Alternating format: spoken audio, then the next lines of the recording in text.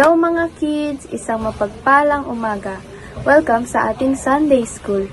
Nandito tayo muli para sambahan at pauwitan ng ating dakilang Diyos. Kaya kung ready na kayo, let's sing and dance!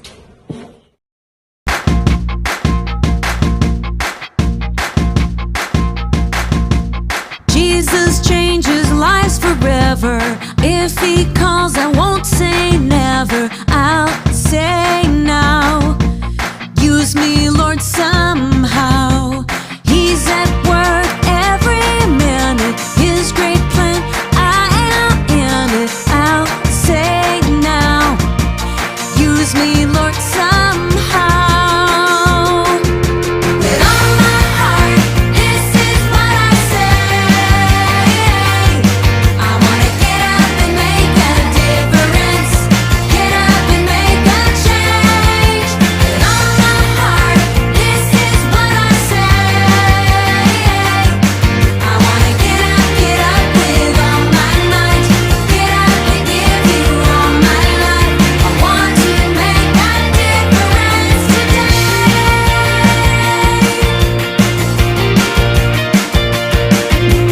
Jesus changes lives forever.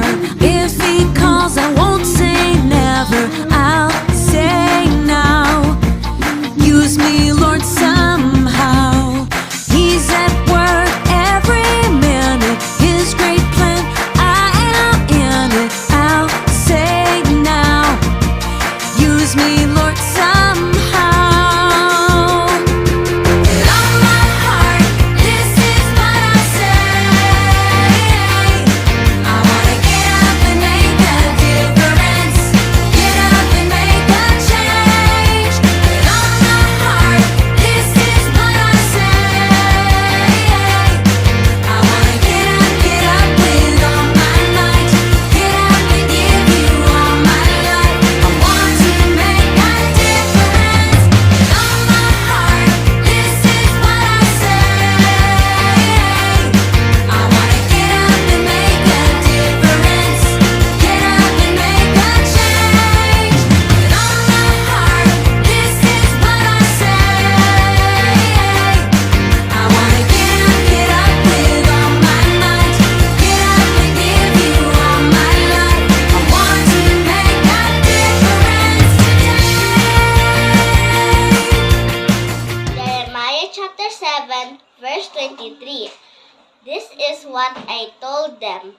Obey me, and I will be your God, and you will be my people. Do everything as I say, and all will be well. Jeremiah chapter 7, verse 23. Isang mapagpalang umaga mga kids. Ang ating memory verse ngayong araw na ito ay matatagpuan sa Jeremiah chapter 7 verse 23.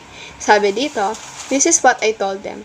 Obey me, and I will be your God, and you will be my people. Do everything as I say, and all will be well." Sa Tagalog, subalit inutusan ko silang sumunod sa akin upang sila ay maging aking bayan at ako naman ang kanilang magiging Diyos. Sinabi kong mamuhay sila ayon sa ipinag-uutos ko at magiging maayos ang kanilang buhay.